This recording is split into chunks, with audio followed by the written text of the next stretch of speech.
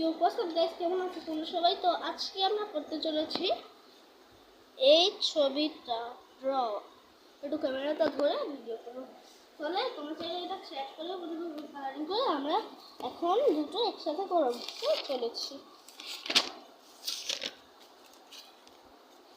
আমরা প্রথমে পেজ নিয়ে নিলাম,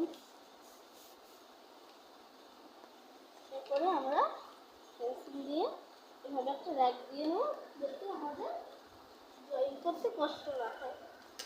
এখন আমরা যেহেতু আলাদা আলাদা দুটো ড্রয়িং করছি, আমরা এখন আমাদের ড্রয়িংটা শুরু করতে চলেছি। একটা র্যাক দিয়ে নেই আমার দিকে, আমরা একটা র্যাক দিয়ে নেব। তোমরা দেখতেই পাচ্ছ